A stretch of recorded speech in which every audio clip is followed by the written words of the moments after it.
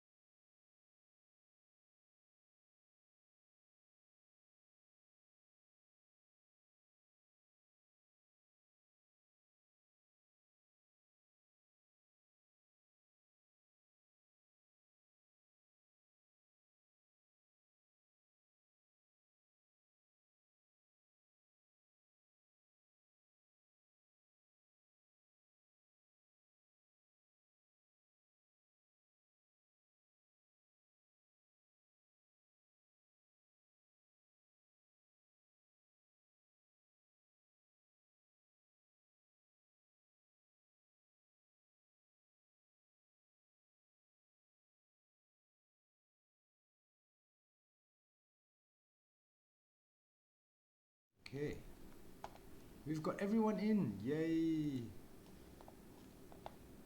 And we've actually got a new follower. I do not know who this guy is. Hayashi Forest. Thank you so much for following us. Wow, if you're still here, thank you so much. Yay! Having new Hello. followers is always fun.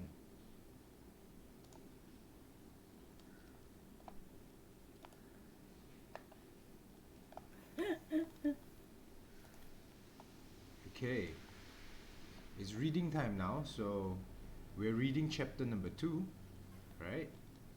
Uh, and we've got new friends joining us today. We've got Eva.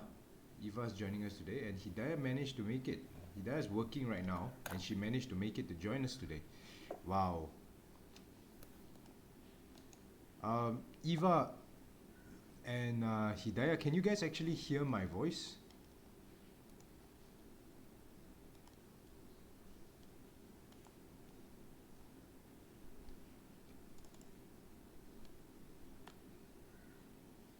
Hello, hello. Wait a minute.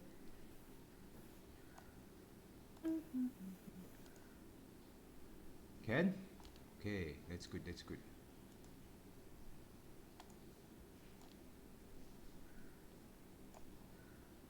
Okay, let me rearrange the slide so that everyone can see the slide. Can you guys see the slide? You mean here? No. Yeah, on Discord you guys can't see the slide, right? Yes. So you guys can go ahead and log into Twitch if you want to see the slides.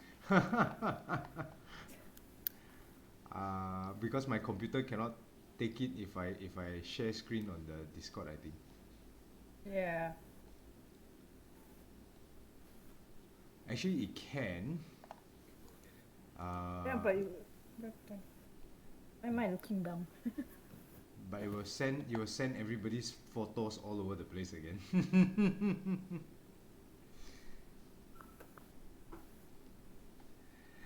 So I can actually hear Tika quite well, but can you guys hear Ray?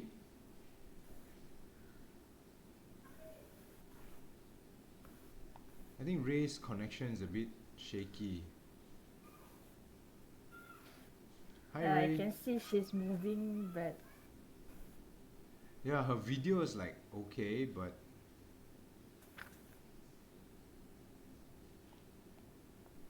Hi Ray, are you okay? Can you hear us? Oh, okay. Wow, everyone can see my slides. Okay, it's not a good idea to browse WhatsApp while this thing is on. Otherwise, everyone can see my WhatsApp. Yeah, I can see. Okay, maybe what I can do is I can temporarily turn off the slides. And oh, it's summer.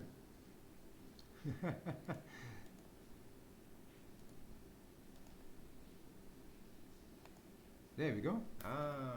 Okay, okay. Now I can browse WhatsApp. So, Ray, are you okay now? Is it better now? Oh no, there's still no audio. Eva, can you hear Ray or Tika? Or is it just me who can't hear them?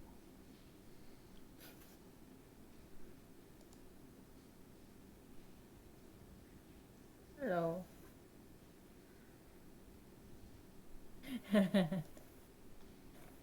Oops.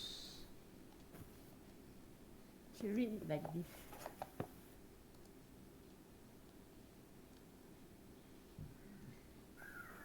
I think Ray just dropped again. Oh, shoot. I'll be right back. Okay. We've got 5 more minutes in reading time, so yeah, take your time.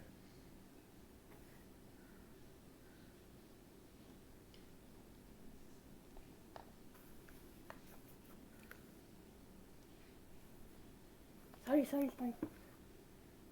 Eva says hi to you, Tika. Oh, hello.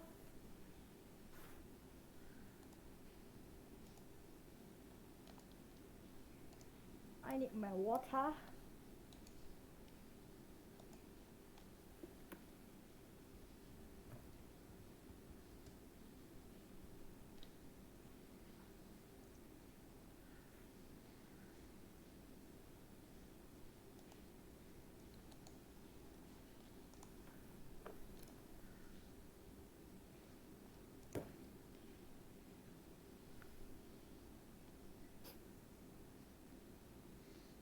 So we are reading chapter 2 today. I personally think that we are going pretty fast if we actually read one entire chapter per week. Oh, that's gonna be like amazing, man. Oh, I think I missed out this.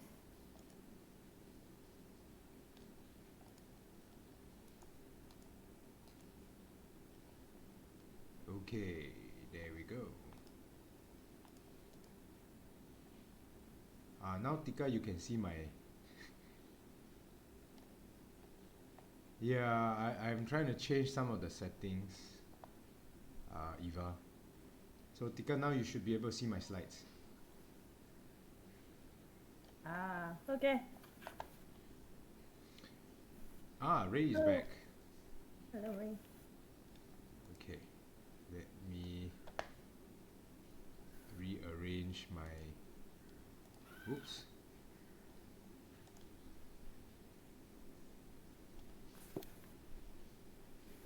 So I'm gonna have to rearrange this.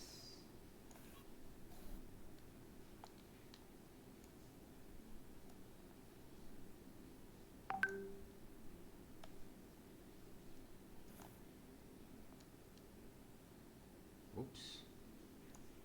Ray just left.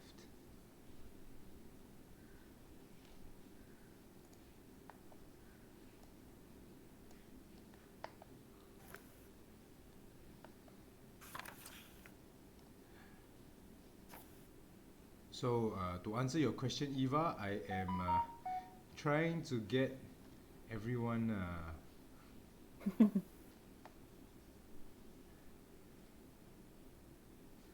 Oh, Ray's got a problem with her mic. Ooh.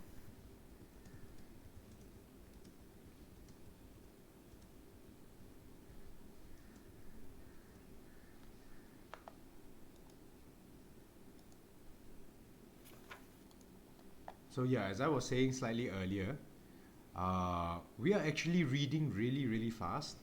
If we actually manage to do it like one chapter a week, then we are really fast.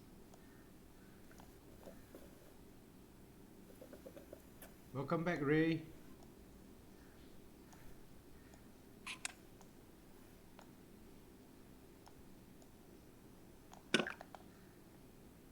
Uh-oh. I'm trying to troubleshoot here in the meantime. I'll take your time. We're just about to start, so it's all good. Yeah, I have to restart my Mac and see what's going on. So you guys can continue to talk while I see whether I could get my desktop working. Take your time, take your time. We're just out of reading time, so while we wait for Ray to set up, okay, so let's just do a simple introduction for everybody. Welcome to Team Untapped Book Club. Yay! Today we are at episode number 2. Woohoo! Woohoo. We managed to hit episode 2. Wow. We are quite amazing, no? Okay, so welcome once again for those of you who are just joining us for the first time. The book that we are reading is called Grit by Angela Duckworth. All right, The Power of Passion and Perseverance. I find this book to be very interesting because it talks a lot about what we consider common sense and challenges the norm of how we think about success. So I think it's a very interesting. In fact, this chapter today is going to be a lot of new points challenging what we usually consider the norm, right? So there are some rules before we begin, okay? Some reminders, all right? The first one being have fun, please, okay? And let's go to the official ones, all right? So we are always looking at the Twitch stream, so if you have any questions or you have any points to add to the discussion, please go ahead and type it out, okay? I will be looking at them and I will tell everyone that, hey, there's a question from the audience or something like that, okay? Number 2, the discussions are going to be quite deep, okay? They may be quite deep depending on the discussion and could come from any angle, okay? So be open to receiving ideas from anywhere, all right? And try not to reject anything until you actually hear it out at least once, right? And lastly, examples may come from personal experiences, okay? Some of the experiences may come from people's real life experiences, so do not attack them personally, right? Do not go up to them and say, no, you're wrong because of so and so reason. I mean, you can disagree, okay, but that doesn't make the other person wrong, all right? So these are reminders mainly for myself.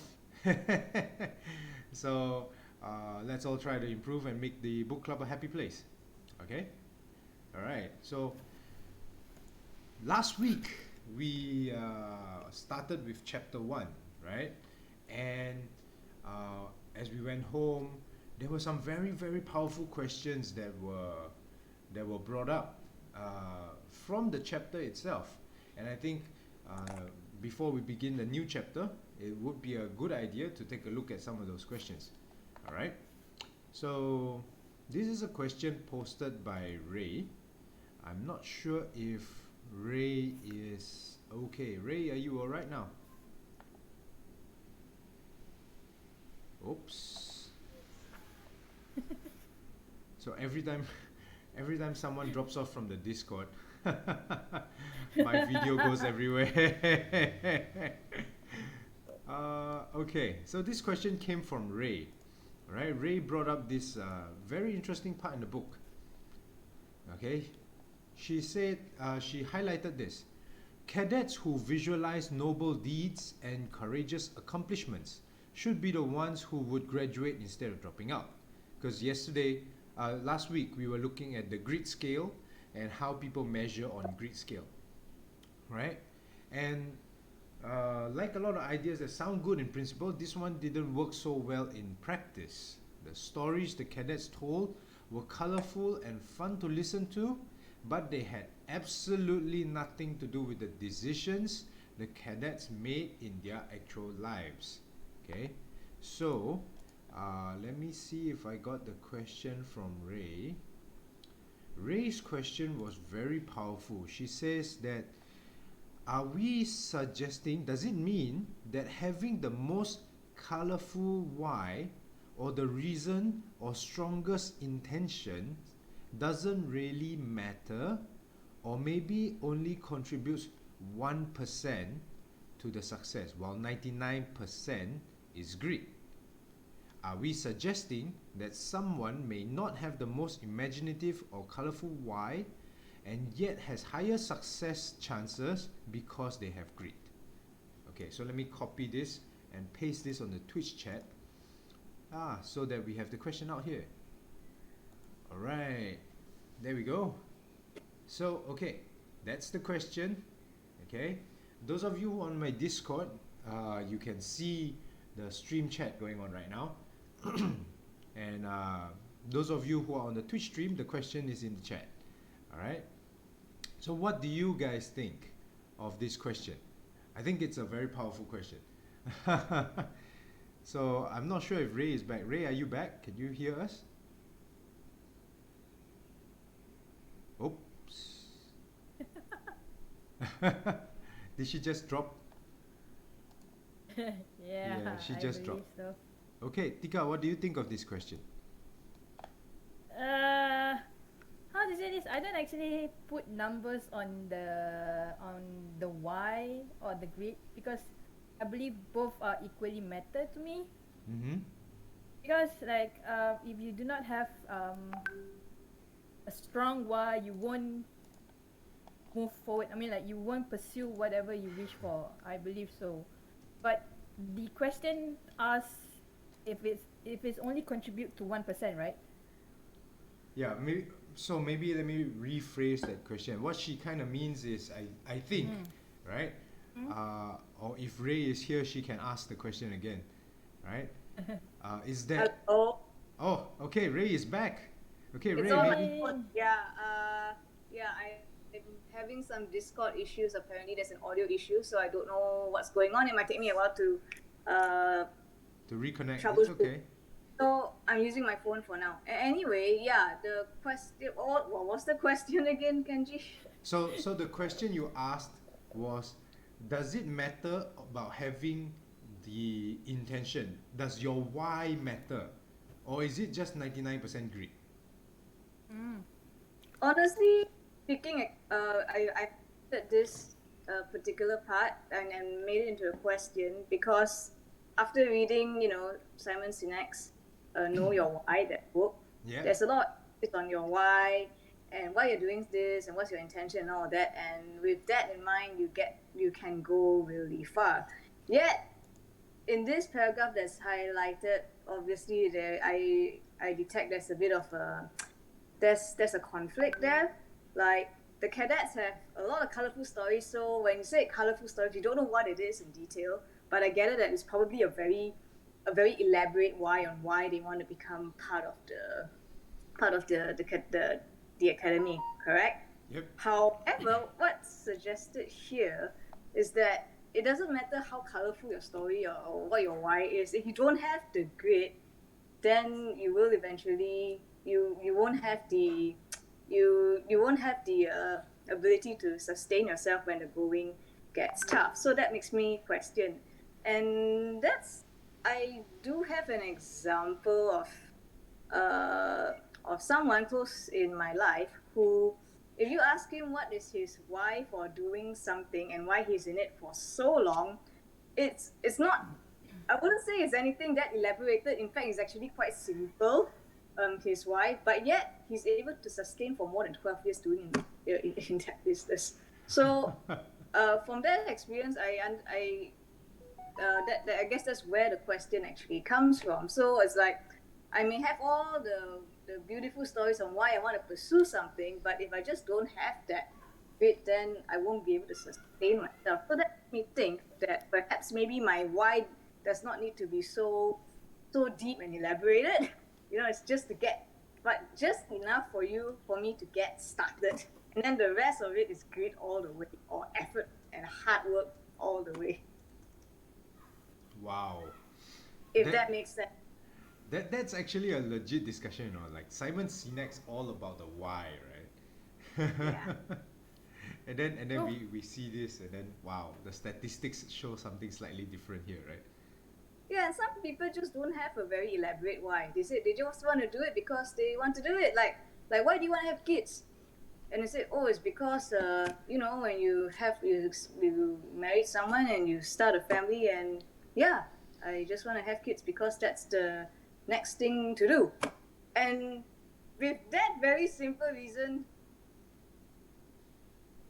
it's just enough to push all the way. I mean, like have all the grit to try different things and try to achieve that goal.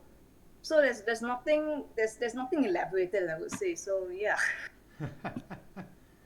No, that's a legit point actually, like in fact if you turn it around and you have a deep reason to have a kid, people will look at you funny. Really, by looking at the society today and all, I have this idea that people are expecting you to come up with a very colorful story, of your why, and especially with Simon Sinek's whole emphasis on the why. But it appears to me that you don't really you don't have to think so much. You get what I mean? You want to do something, just go do it, and you have the grit, or you have the perseverance, the determination, and the ability to weather through all the storms. You have that to achieve that goal. Yeah, it's like in the case of me being a musician back then, I just want to perform in Comic Fiesta, or I just want to perform in an event. I mean, it's not like, I want to perform because I want to make people smile. I want to bring joy in their hearts. It's not. I just want to be on stage, for goodness sake. Yeah, and that was enough to sustain me for 10 years. Yeah, that'll be. Yeah, that's why I said, right, if you have a why that's like so epic, right, people look at you with doubt, like if I told people that I wanted to have kids because when I'm old enough the kids can come turn around and take care of me, and then people will be like, oh, you have ulterior motives. What do you think, Tika? What do you think? I mean, listening to you guys, it makes sense. Just having like a small while will propel into a greater effect, I think. Because for now, right? If you guys follow my IG, I've been running constantly. Is because I just want to finish. I just want to hit that 21 km. It doesn't. When hearing Ray say that, it doesn't have to be like a big why. So my why is I just want, I just want to prove to myself that I can run 21 km. So yeah, it makes sense that the why doesn't have to be so deep. And I think the simpler the why, the easier for you to how to say this, to make an effort to do whatever you want to do. Because if you think too deep, then if like you are an overthinker like me, you're gonna have like a lot of questions along the way, and then your grit may not come easily, and you'll be like questioning, am I doing this right? Am I pursuing what I think is right? I think that's why the why doesn't have to be super deep. I think so. Yeah, that makes sense. That makes sense. Yeah, because uh, I actually heard this story a long, long time ago, um, Mm-hmm. about a priest and a monk. Okay, no, I'm not trying to be religious here, but it was a story about a priest and a monk. Okay, so the priest was telling the monk, you should be a Christian. God's with you all the time, and then as long as you think about God, you should be thinking about God all the time and stuff like that, right? So the monk and the priest were walking, and then the priest kept preaching about Christianity to the monk. And then uh, like I hope nobody flags me for this or something, like religious connotations or stuff.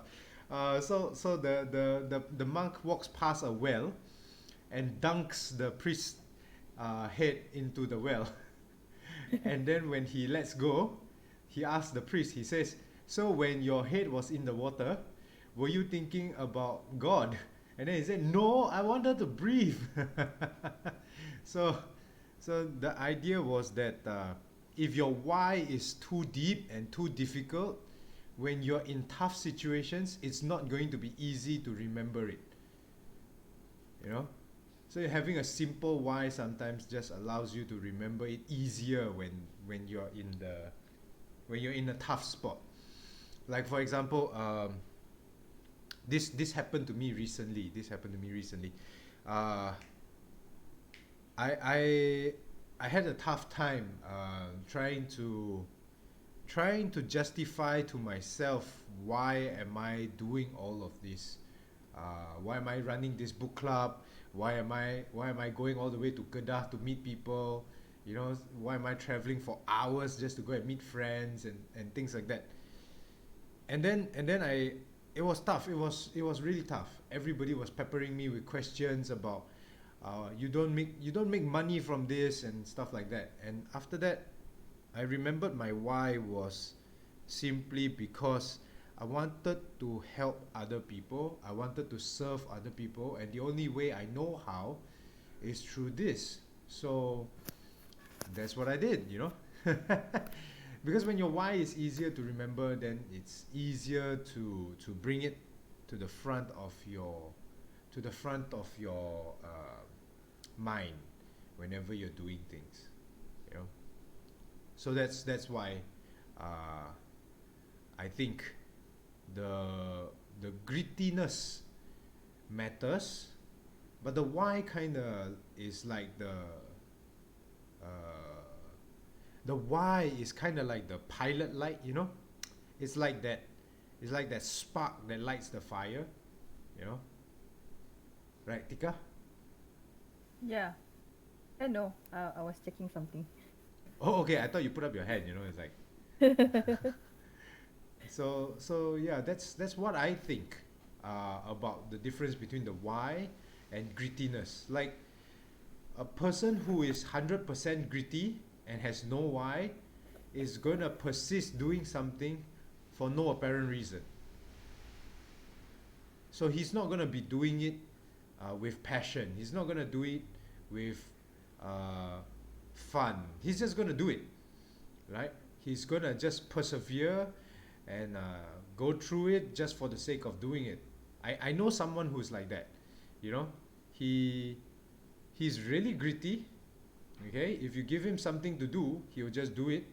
Okay, he will not ask why, he will not ask when, he will not ask how. He will just do it, right? But he will not do it happily. He'll just do it, and then he will complain while doing it. He will whine while doing it, and then he will feel bad while doing it, and he will not tell anybody about it. He'll just keep doing it and keep feeling bad about it until the point he breaks. So I still think that why is important. Just that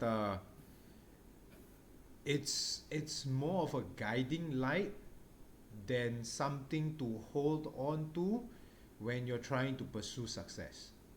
Yeah, that's what I think. I hope this kind of answers the question. Ray, back to you.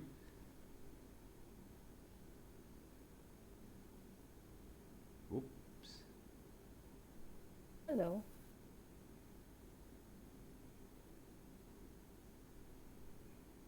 Ray, are you still with us?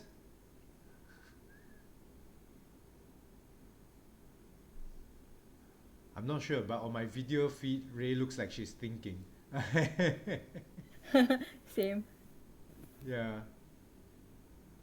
I'm not sure if she's lagging or so, but that's what I think. What do you think, Tika? I mean, I agree with your statement. The simple why is like a guiding light, like the what's the word again? That house, firehouse at the beach. Lighthouse. One. Yes, the lighthouse. Oh my god. Yeah, it's more like a guiding lights more than a reason to hold on to. But then again, I always thought that the a why is something that you hold on, not like a guiding lights actually. Yeah, I also always thought that why was something you hold on to, like your lifeline, Mm. until Ray brought up this question. And then when Ray brought up this question, I was like, oh, this is an important discussion, you know. It's like, of course, further in the book, we will talk about grit more. Mm. But this is a powerful question because it will. Oh, Ray's phone has frozen. Yeah, I can see a frozen Ray over there. Oh no. Oh no. Ray, join us on Twitch.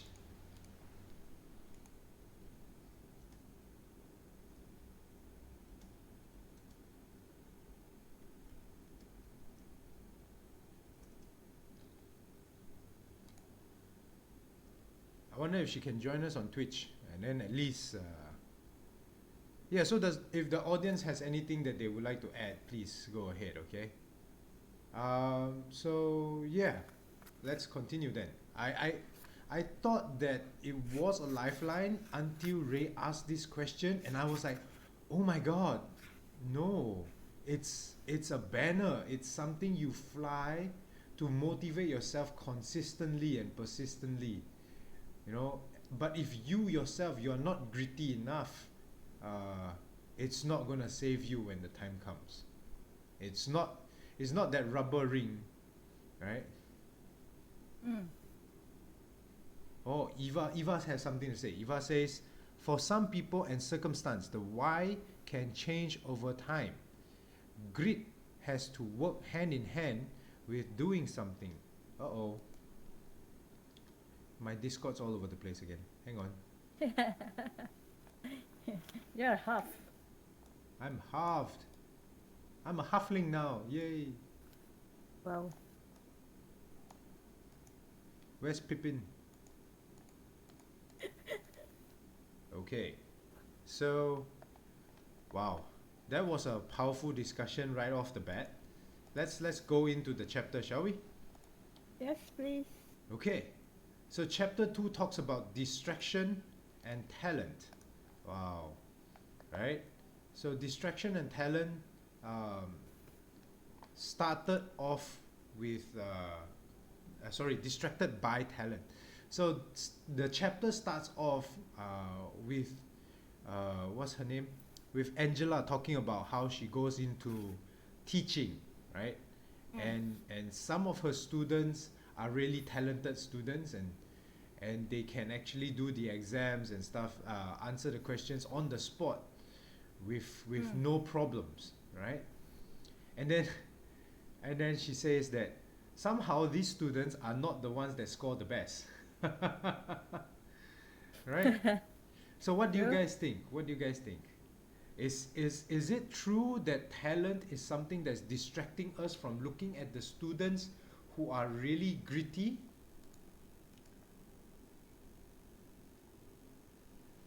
Oh, is that all? I thought you have like continuation for that.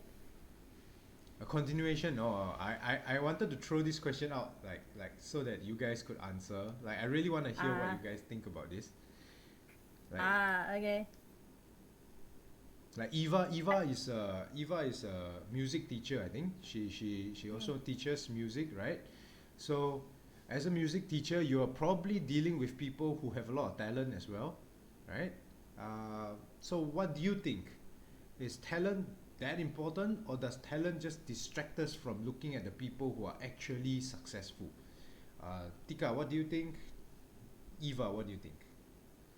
Uh, it's like 50-50, I think. Um, oh, I got a phone call. Wait, 1 second. Okay, you guys hear me? Yeah, you're back now. You were lagging for a while there. Yes. Can I compare this to my when I was learning English and language back in school?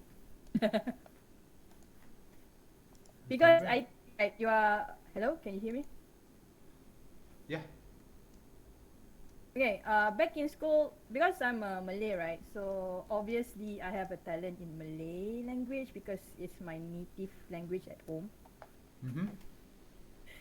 And I took it for granted, like, Malay is easy. I should like excel this in my exam and stuff. But when PMR comes, I actually got B for it. Wow. It's like my dirty little secret lah. So I have B in my Malay language. But when it comes to English, right? Oh my goodness, the effort that I put in into learning that language is, you know, the difference is like night and day. Because Mm. every day you're gonna see me like reading books. Every day you're gonna see me like at least writing one essay every week. And Wow. then I'll be yeah, that's how I studied for my English last time. So I don't do that for Malay because uh, you know I sort of thought I have talent in Malay language, so I don't have to, to put so much effort on it. So yeah, so when the result come out, right, I was like, um, on one part I was happy that I received A for my English. On the other hand, I have B. It's like, oh shoot, I should not like um put aside my studies for Malay also. So yeah, so yeah, in this case, I do believe that um I say this hard works pays off. Okay, it doesn't mean if you have talent on it, it doesn't mean that you're gonna excel in it if you don't put effort on to how I say this to make use of your talent. So That's that's my true. take. Mm. Yeah, so that's true, right? So it seems, uh, just let me know if I misunderstand this, okay? But it Okay. sounds like not only do we, like teachers and leaders, get distracted by talent. According to your story, even people who have talent get distracted by their talent.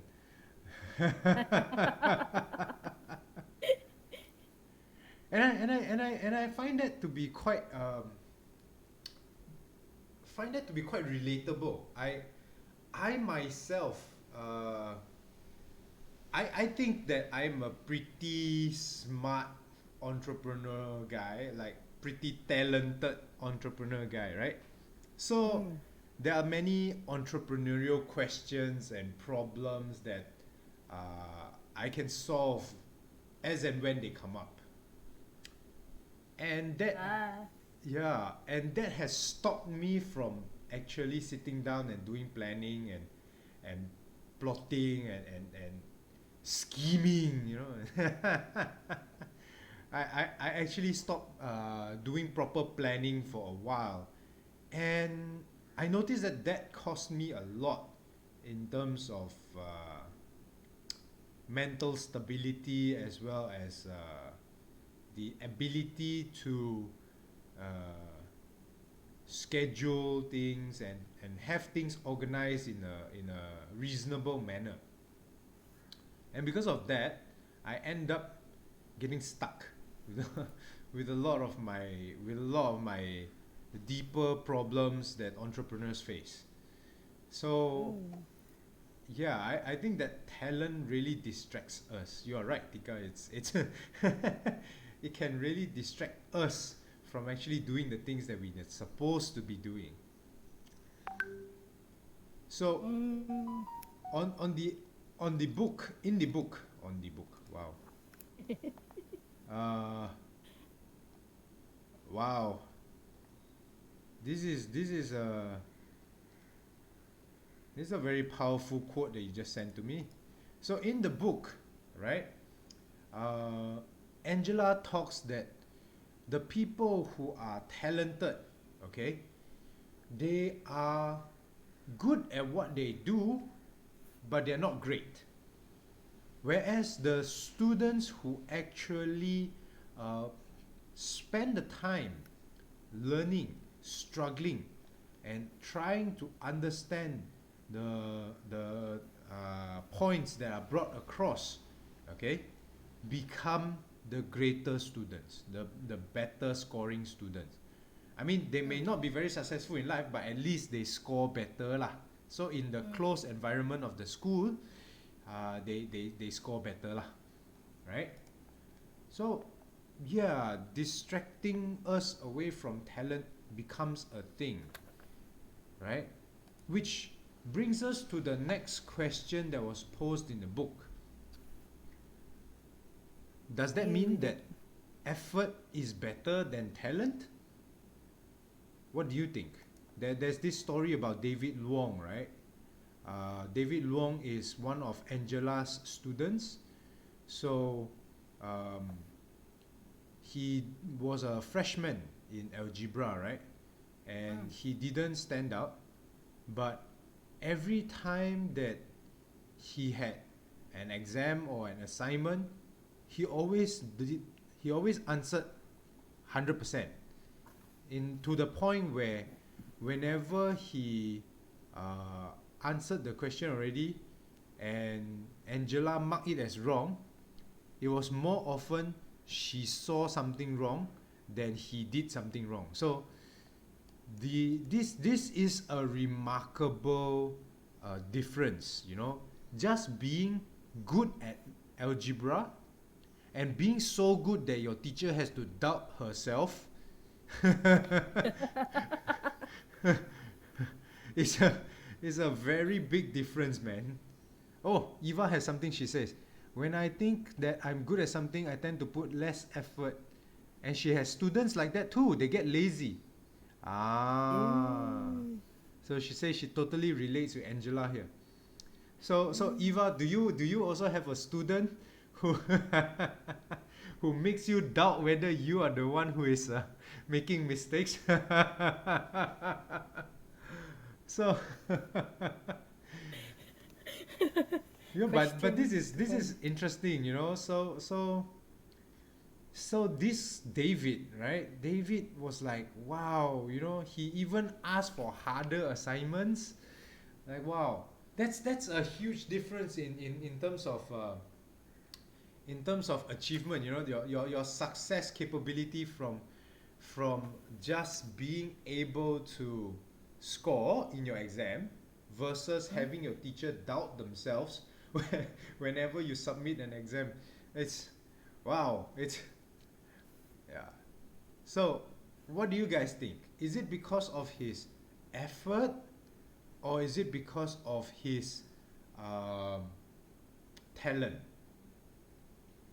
Because if you continue reading the story, okay, David moves out of her class and onto the faster classes, right? Yeah. And when he went into the faster classes, he started with a D grade. He ended up with D in that faster class. But then after that, right, he has 2 honors calculus courses. Well, that's calculus, man. When I studied calculus, I was like having a hard time.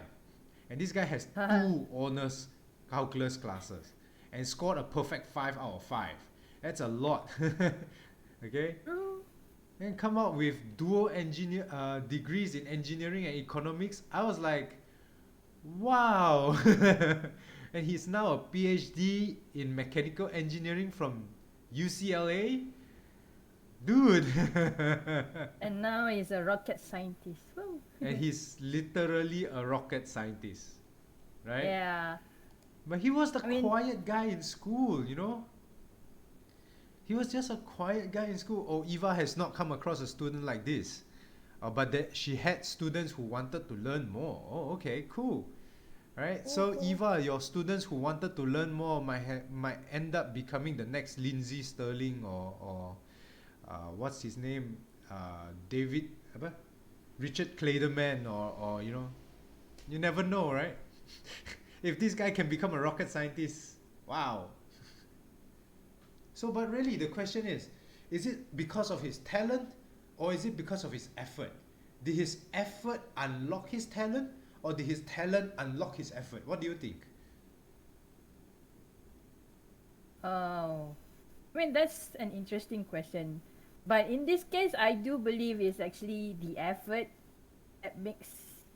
I mean, they highlight the efforts because if you guys remember, there's a quote saying like, practice makes perfect or practice makes improvement. David here is showing that when you practice a lot of maths, you will end up as a rocket scientist in the end. So if you every day sit around doing maths, you end up becoming a rocket scientist, right? Yeah, but then it's not like a simple. I do believe David doesn't just do like a simple fraction or simple 2 plus 2. I believe he he put himself like those calculus questions that really hard to answer because if he did not put an effort, I don't think he can achieve two math honors, right? Yep, definitely Yeah, not. in this case, I don't think talent plays a lot of what do you call that big role. I think in here it highlights most on David efforts. So yeah, but then again, right? Um, I have like a question. Whenever this happen, right? It's always like the aptitude test that caused this to happen. Like David was put in a lower class because I believe his aptitude test was low. That's why he was put in a lower class. Hmm. But why do people still look at talent though? I mean, Right, is it right. really a big thing? No, that's a legit question, right? Why, Mm. even though we know all this, right? Why do people still Mm. look at talent? Uh, why is there still apa ni? Britain's Got Talent, America's Got Talent, right? Why everybody still looking at talent shows, right? Yeah. I just found out that Ray has joined us on the Twitch stream, and she's Mm. asking. I think it's his curiosity, lo. No, Ooh. that's a total wow. that is that is his why, I believe so. No, that's a whole new angle of looking at this, right? We were looking at talent and Oh. effort, and then now Ray is bringing up curiosity and that he enjoys the challenge of learning, you know? So maybe she's right. Maybe this guy is just a guy who likes to learn more. it's like it's like Maybe. it's like the guy who has blisters on his foot, right? You know, maybe he just enjoys the pain to the point where his blister became so thick, right? Doesn't feel the pain anymore. He doesn't feel the pain anymore, so he has to keep giving Wow. himself more pain, right? Maybe, right? And he didn't dwell when he failed. Where did he learn that attitude? Wow, see, this is a legit question, right? He didn't Mm. dwell when he failed. You know, unlike a lot of people who, if they fail, they go like, "Oh, I failed," right? So Yeah. so so where did he learn that attitude? Okay, which is a legit question, and it brings us to the next uh, part of the book, which Angela talks about Charles Darwin and his cousin. What Galton was it? Galton, Darwin is the cousin, I think. Francis Galton. Well, the both of them are cousins, right? Okay. Yeah. So the both of them are cousins, right? And and Darwin said this. Darwin. Oh, Eva says she agrees with Ray. Enjoying the learning process helps. Yes, that is true, right?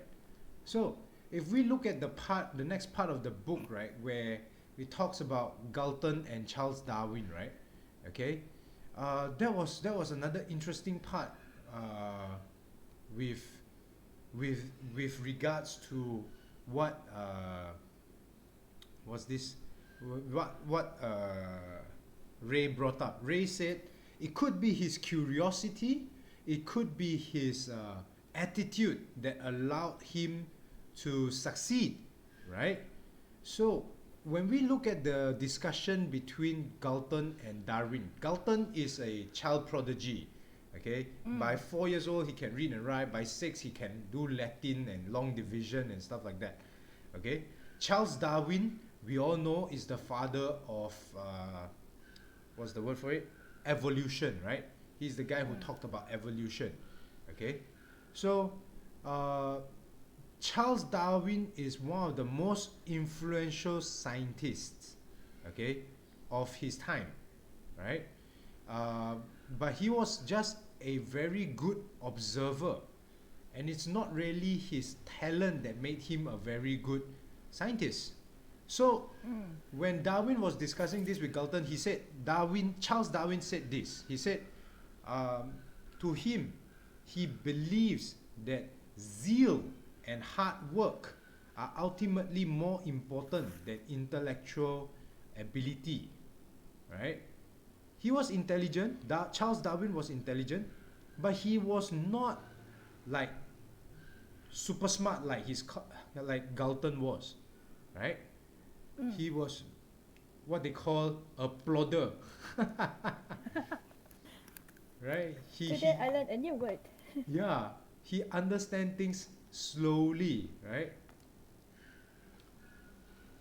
So that was Charles Darwin and Galton. So Darwin says that zeal and hard work, okay, is more important than talent.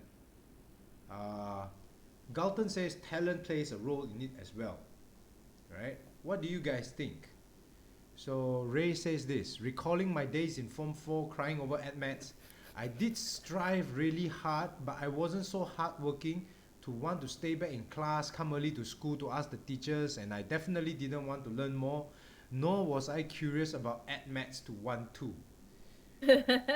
You know, that makes a lot of sense, right? Who likes maths? You know, when you put it that way, Ray, when I was in Form 4, I remember having problems with my AdMaths as well, okay? And I was the kind, I was really hardworking at my AdMaths. Wow. Yeah, it was crazy. I had tuition for my AdMaths, okay? And I had a teacher who was very kind, okay? She was a very interesting teacher. She would explain the same thing to me again and again, you know? And I would like literally go from class to class. Like, okay, so let's say today is Monday. I have AdMaths on second period, and then I know that my AdMaths teacher is going to have AdMaths in another classroom on fourth period. Okay, I will actually skip my fourth period class to go over to her class to sit in her class to understand more about AdMaths. That's what I used to do, you know. But no matter what I did, okay, I never scored more than 25 marks on my AdMaths paper. Never. I never did. Yeah, I so dedicated. Yeah, I spent so much time studying AdMaths. Like, I would break down the formula, like, you know what is derivatives, right? Yeah. You know that dx over dy over dx thing, right? Yeah. I would go all the way and discuss with my teacher what the hell is dx over dy, and what is the difference between delta x over delta y, why does it have to divide by this and times that. I will go break down all these issues, right? And I will still never score more than 25 marks on my paper. Is that a talent actually? I don't know. I really don't know. And then when it finally came to my SPM, right, I scored A for it, and I never bothered thinking about it ever again. So I love going through my math problems. I love it. I enjoy it. It's fun for me. But I never got the right answer. I don't know why. I just cannot get the right answer. whatever I do is like I still cannot get the right answer. When I went to university, right? When I went to university, my first year of calculus, right? I have never been in a single session of class. I didn't attend a single class in my first entire year of calculus in university. Because class was so early. Class was 8 o'clock in the morning. And I couldn't get up. And I didn't like the lecturer. So yeah. But then I scored 80% on all my tests and quizzes for calculus because I spent so much time in Form 4 and Form 5 breaking down the basics of maths. That when I went into calculus, it was just, oh, same story, different numbers. Like, Interesting. yeah, it was crazy. It was, but I never became great. I was never considered one of the top students for maths. Never. Partly maybe I don't have the talent for mathematics. I don't know. I put in a lot of hard work, definitely, right? But I never got I never gotten the top. Ray says lecturers and teachers play a significant role. Ray, would you mind typing out what do you mean? Sorry, Tika, continue. No, I mean, like, when hearing your story, right, does it mean that you need to have some sort of talent just to achieve success in the end? Or because it sounds like, all those hard work doesn't guarantee success in the end. Yeah, it's like I had a lot of hard work. I was working hard, man. I would spend days, man. Like people, you know, there's a person who stays near Hidaya's house, right? Called Kak Kem. Kak Kem will always come up to me and ask me, Kenji, how is this done?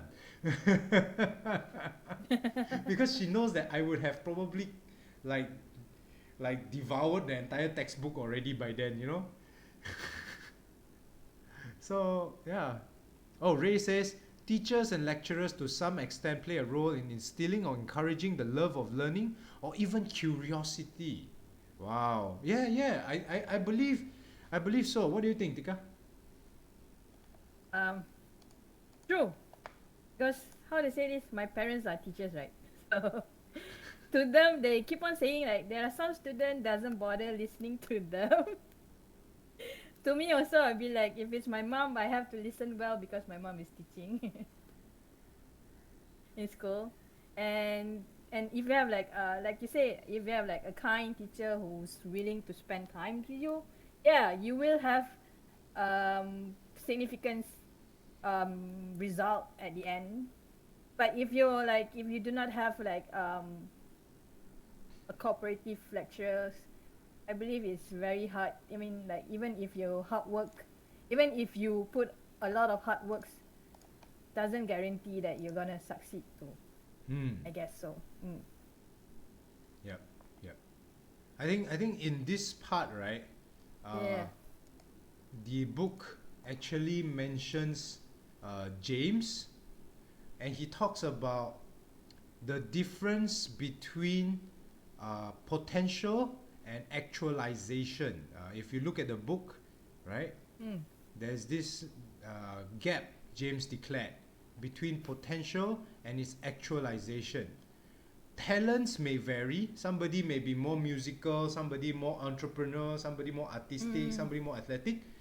Okay, but whether they perform at his optimum or not becomes the more important question, right? So James is basically describing to us that are we living within our limits, right?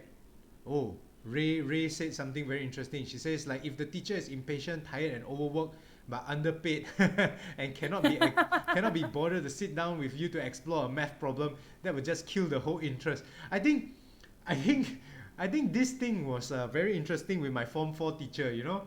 My Form 4 teacher was definitely underpaid, definitely overworked, definitely impatient. Oh my god, I still remember how many times I got caned by her. Okay? But because she had a student like me who would just go from class to class just to listen to her talk about maths, right? She got more interested in teaching the subject, you know. She was like, "Oh, this guy, damn annoying way. I teach him in the morning already not enough. I still have to go over to the next class and I still see his mug face there."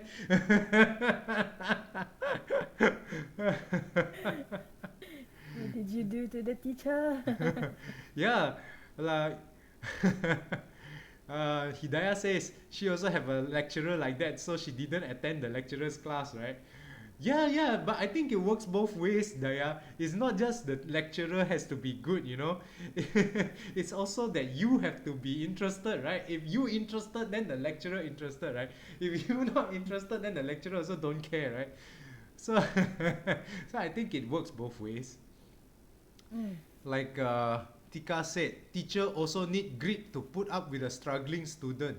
Well, I definitely was a struggling student, but I don't think my teacher needed a lot of grit to put up with me. I think she needed grit to actually stay with me. Sounds like Kenji is interested in maths from an intellectual perspective. Yes, I am. I love looking at things intellectually. That's something that, you know. Eva says, I failed my accounts subject in Form 4 and 5. My math scored higher because my accounts teacher made the subject boring. Wow. I am sorry for Eva, you know. So she still scored an A for accounts. Wow. Congratulations from self-study. And now her job is related to business and accounts. And she definitely didn't see herself doing accounts. Wow, Eva, good for you. All right. So, I'm the total opposite. The most interesting lecturer, the most interesting teacher in my school was teaching accounts. The prettiest teacher in my school was also teaching accounts. But for the love of me, I hated accounts. I couldn't. I was so bad. I was so bad at accounts. My teacher actually told me, Kenji, I will pay you money to get out of my class. But accounts is also numbers. Yeah, you know, that's the thing. Accounts is also numbers, but it's so boring. I get it. I took accounts too. And then when I graduated, I did a business and I'm doing accounts now.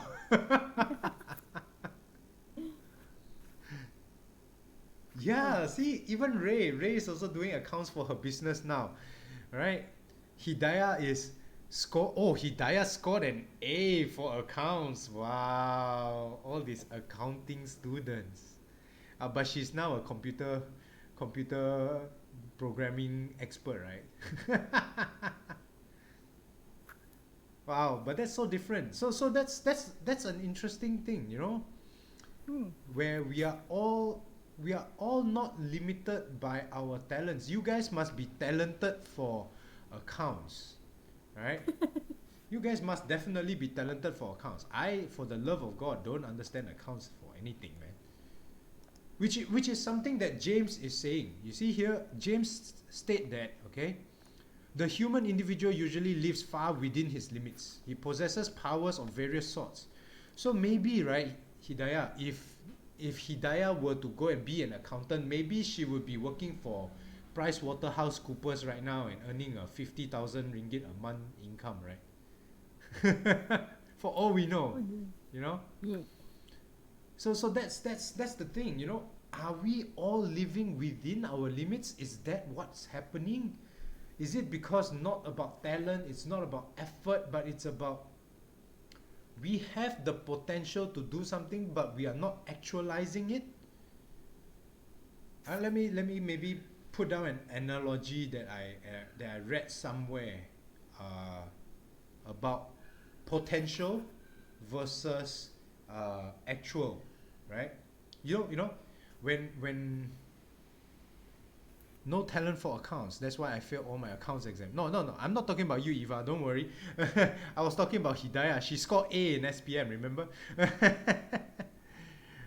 or maybe we understand the subject from different angles. Like I only appreciate accounts when applied practically in a business setting, and in business no way you can get it wrong, and it's not a safe setting like school, but in school and university I practically flopped. Yeah, you are right, Ray. Maybe that's the case, which is the reason why I think James' definition between potential and actualization is very important. It's not brought up a lot in the book, but I think it's a very powerful difference. When I was in engineering class, right, there was something called potential energy and actual energy. What's the difference? Potential energy is like the battery, you know. The amount of energy you have in the battery is called potential energy. The actual energy is the amount of effect that the battery does when you're actually using it, right? So that's why you cannot measure. You know what? That analogy is too engineering related. I think some people don't understand, right? So you know what my teacher, not a natural in IT troubleshooting.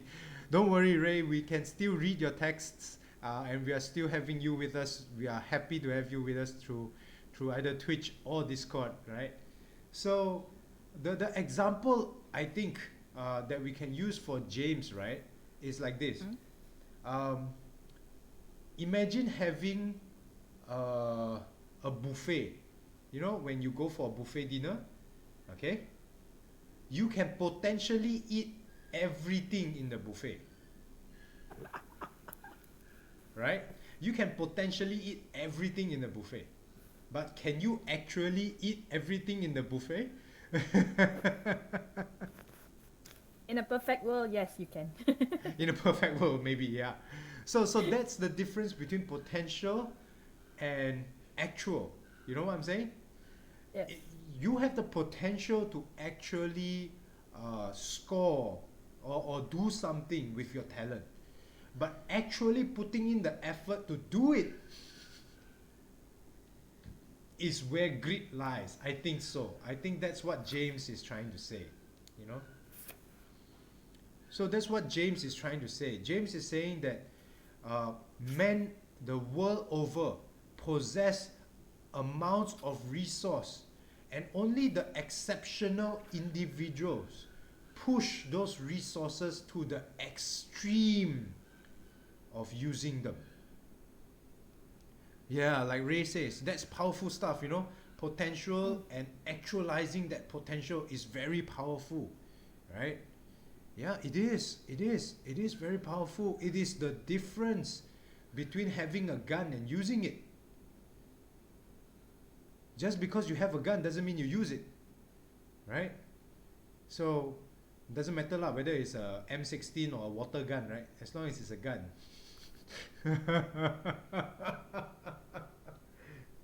But a gun, if you have a gun, you have the potential to use a gun. But if you're using a gun, then you're actually using a gun. And you may not even have a gun to begin with. You could have taken the gun off somebody else. So, wow. What James is talking about is very powerful.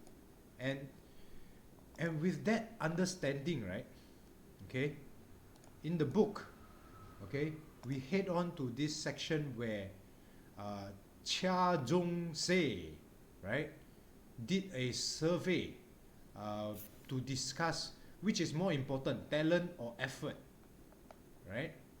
Oh. And while there were very interesting results in the talent or effort thing, right, there was something that is very interesting that came up. Everybody says that, oh, effort is more important, okay? But then there is a natural bias towards hiring people who are interested in that subject. Oh, Ray says, I guess it's a choice. Like, I enjoy drawing, there's potential there, but how far do I want to take it? Wow. The potential is limitless, but it depends on the time, money, and effort and risk that I'm willing to take. Yes, I totally agree with what Ray just said. Right? But don't worry, Ray. The risk nowadays has been reduced. Okay, we have a lot of example of artists who are making money who are not dead now. Okay, if you were in the 1600s, you would have to die to be able to make this much money. But look at Beethoven, look at Mozart. They only make more money after they're dead, right? I mean, look at Leonardo DiCaprio. His work of art is like millions right now. Cut your ear off. Like Vincent van Gogh. Yeah, so that's last time, right? Now is a bit different. Yes. But I wanted to discuss this because if you look at the survey done by Chia, right? Okay, she mentions this thing about natural bias. That means we naturally tend to prefer people who are talented when we are working together with them. Da Vinci, yeah. Oh, hi Chakaya Classic. Welcome to Twitch, right? So yeah, but it's so true, right? You know,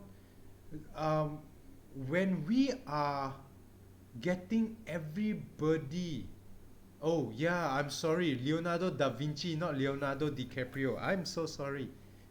You see, when he's not dead, he's already famous now. So where was I? Yeah, natural bias. When Chia did the study, she found that we are more willing to work with people we consider are talented versus people who are putting in more effort. We are more, we place more bias towards people we consider are naturally talented than people who are putting in the effort. Why do you guys think that is? In the music world, my observation and experience learning as an adult is that talent is definitely a huge bias and distraction. Yes, that is true. That is true. Right? This natural bias is everywhere. Even though we tell people that, oh no, talent is not everything, you know, effort is important. But we still biased towards talent. Why do you guys think that? What do you think, Tika?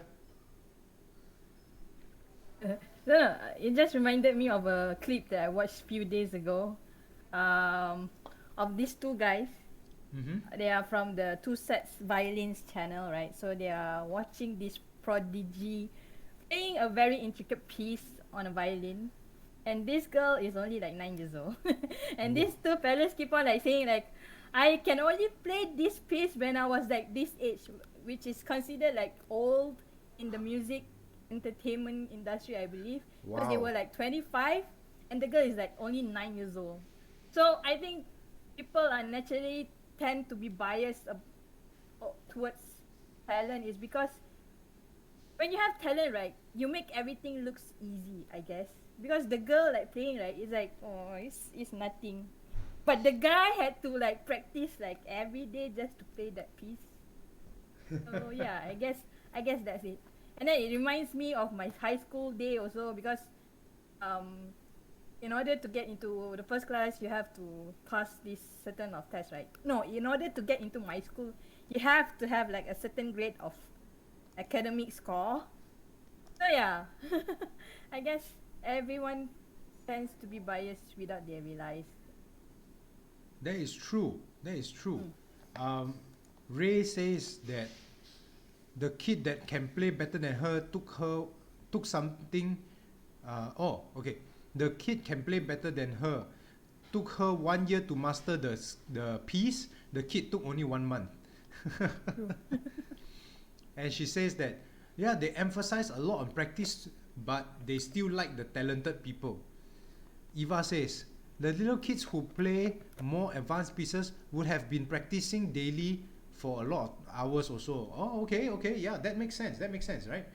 Which is the reason why Chia also in her study talks about practice, right? You can see here, if you're looking at the Twitch stream, you can see I wrote here, Okay, Chia says, well, I guess I may have some talent in music, but I think more than that, I love music so much I practice 4 to 6 hours a day, all throughout childhood. Wow. Now we all already from just now, right? We all heard Kenji's example, right?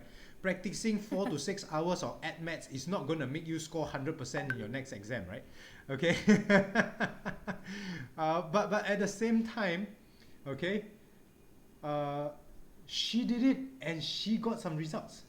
So what is the difference? Right? Now, back to the previous question about natural bias. Wait, let me just double check my slides. Okay. Okay. So back to my question about natural bias. Okay. My personal opinion on this is that the reason why we look at people who are talented and we go like, oh, this guy is so talented, we like him, we want him to succeed more, we want him to do more, is because we can see that he's already talented. If we look back to James, and James said that we are working within our limits, right? So we can only imagine, if this guy is already so talented and he puts all the effort, he puts in extreme effort, how far can he go? Let's say this guy is already talented, 9 years old, she's already playing like the hardest music in the world, right? Can we just imagine for a moment, right, if she were to practice diligently 72 hours a week for the next 4 years, what kind of miracles she's going to be able to do in the next 4 years? You know what I'm saying? I think that's the reason why we place so much importance on talent. It's not that talent is more important than effort, but because this person is talented, we want to see how far it can go. I think so. I think that's the reason why we have a natural bias of this. Now back to the love of the subject. So like Chia said, right? Okay. Why did she practice so much? Was it forced on her? Or did she have any choice in the matter? She said it was just her. It was what she wanted. She wanted to get better and better and better. That's why she kept doing it and again and again and again. Right? Even Ray said it's just drilling. Lots of drills, right? And practicing the hours away. It happens when you really enjoy the piece. I totally agree with her on this one, right? But I somehow don't seem to see the relation between doing it and achieving success. I myself, I love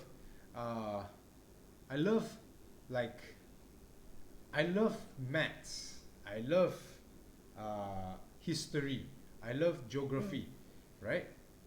But I don't see myself being very successful in any of these things. But how do we measure success though? How do we measure success? Nobody is going to come up to Kenji and say, hey Kenji, do you know where is Klang? Yeah, because I think in a way, right, you actually did succeed in math because you actually excel in math. It's just that maybe the exam that you didn't excel, but you actually excel in math in real life. So using examination as a measurement for success, I think it's not a good idea in your case because apparently you didn't score in your exam, but you did well in in your uni days. So yeah, how do you measure success actually? No, I think you bring up a very legit point, Tika. So if we look further into the chapter, right, one of the things that they're talking about is about how talent tests may be the problem that we are looking at. Because we all see the talent shows, right? We all see all these people who are like, oh, X Factor, oh, Americans got talent, oh, Britain's got talent. And then what? All these people who are on the talent shows. Do we really showcase talent, or do we really showcase people who put in the effort to achieve something? You know what I mean? Yeah. Because if You know, if we are talking about talent on a show, right, is probably more like, you know, whose line is it anyway, where they randomly throw you something and then you have to do it on the spot. But for something like America's Got Talent, Britain's Got Talent, you know, American Idol, those things are not talent, those things take effort. Like the guy who danced, I wonder how long he practiced to be able to do that. You know? A lot. Like Ray says, no, I don't think examinations are a good measure of success because it's only that moment in that time with that specific question which you happen to be familiar where you succeed. But life is not like that. Yes, I totally agree with this. Right? I think that maybe the exams give us a view of aptitude, but it is not a black and white result. Right? Because you see, if look at this example by Scott. Where is the example by Scott? This is one example of exams not being very helpful, right? So there's this student, okay, called Scott. Where is he? Yeah, there we go. Scott Barry Kaufman, right? He's an academic psychologist, right? But when he was a child, okay, he had a lot of ear infections, which is why he has a lot of problems processing information from sound in real time. So sound travels slower for him. So that's why he studied slower and he was considered as having low IQ. He actually had to take a test session that he says it was harrowing. Wow, I cannot imagine how harrowing a test can get. Wow, it must have been very stressful.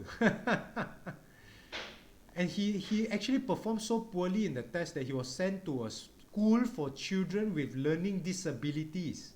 Oh my God, that's sad, right? And then he never ever questioned his own intellectual status. He just assumed that he was not enough talent and that it will affect what he can do in his life. Then one teacher said, this is all you can do. This one teacher said, this is not all that you can do. Nobody knows what you can do. And then Scott started wondering, who am I? Am I a learning disabled kid with no real future, or maybe something else? You know, when I first saw this sentence, I actually wondered, right, if sometimes in life we face challenges and then we go like, oh my God, who am I? Can I really face this challenge? Is that actually the turning point for us to actually succeed in something? Because that was the turning point for Scott, right? To succeed in his life, right?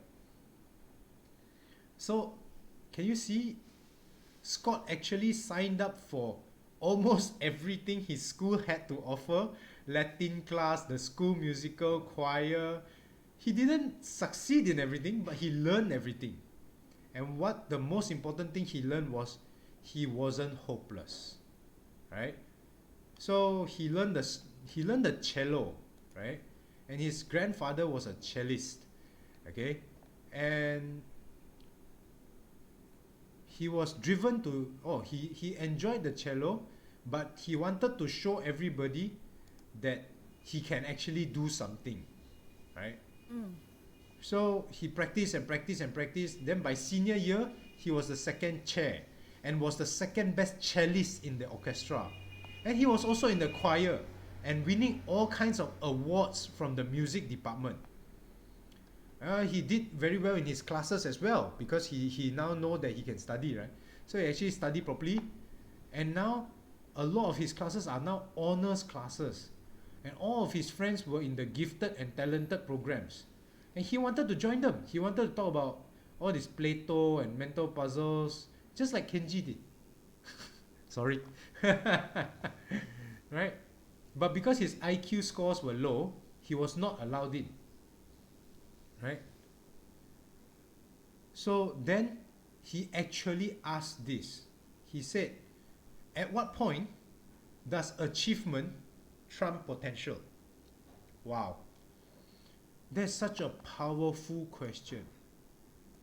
Now I'm gonna leave everybody with that for a moment. What do you guys think? Can achievement actually trump potential?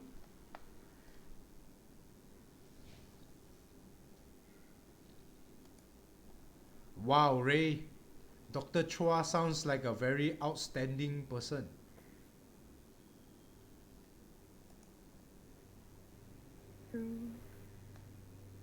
So Ray just mentioned in the chat about Dr. Chua, her classmate, being a average student and now a mover and shaker in the Malaysian mental health industry with quite a lot of achievements to her name. Wow. Great job, Dr. Chua. Right? So then the question is, what about achievement versus potential? Really? What do you guys think?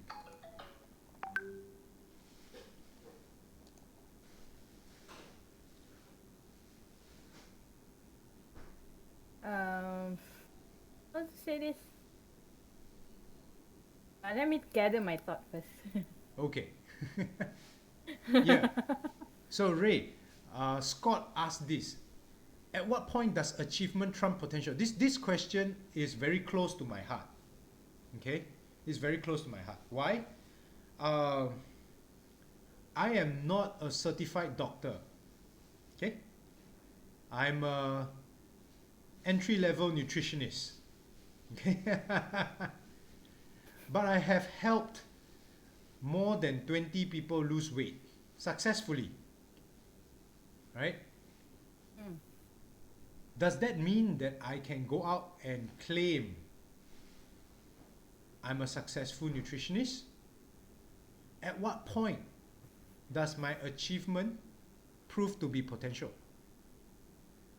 Right?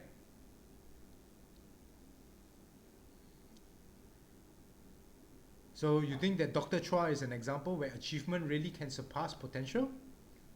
Yeah, I think so. I think so Dr. too. Chua's story is quite powerful, yeah? What do you think, Tika? I am trying to relate with my life actually. I mean, how to say this? I'm a straight A student, right? But in reality, when in school, I sort of like a high achiever and stuff like that. But when in real life, I'm not saying like I do not excel in life. It's just that there's a lot of things that going on in my life that I don't see I actually succeed in life. You know, I mean, I do have a well-paid job. Any achievement in there? And somehow this become like super deep for me. So does that mean that I have potential in like learning, but I do not have a potential like applying in real life? Oh no, guys. It's already 12. Time flies when you're having fun. True. All right. So it was a really fun session, and I think this is a good point for us to take a break, and let's revisit this chapter next week. Okay? All right. We shall end at the story of Scott, and yeah, it was just about to go really deep, right? Yeah. Yeah. Let's end at the story of Scott, and yeah, we are actually almost done with the chapter, but I think it would be good if we can end here, and we shall continue next week. I agree. Yeah. Right? So thank you all once again for joining us. Wow, this week's chapter was really good. It's a really mental workout. All right, thank you all very much. Along with some great stories too. There was a lot of very interesting stories, right? Yeah. Oh, don't worry about the black box, Ray. We will try again next week, yeah? Okay. So thanks guys. I'm gonna stop the stream. For all those of you who are on the stream, thank you all so much for joining us. Thanks so much for your feedback. You know, I enjoy the questions that you guys posted. Thank you all so much for all those questions. All right. Love those questions, guys. Those of you who want to join us on live, okay, we may be able to add more slots soon. Okay, Kenji is learning more on how to handle the stream, so we hope to get more people involved. Right? If you have learned something from today, sorry. So please get more people. Yeah, if you have Please do learned join us. something from today, share it out with everybody. Okay. The recording for the session will be uploaded to YouTube later this evening, so you guys can share it out to everyone. All right. Okay. Thanks everyone. See you all the next stream.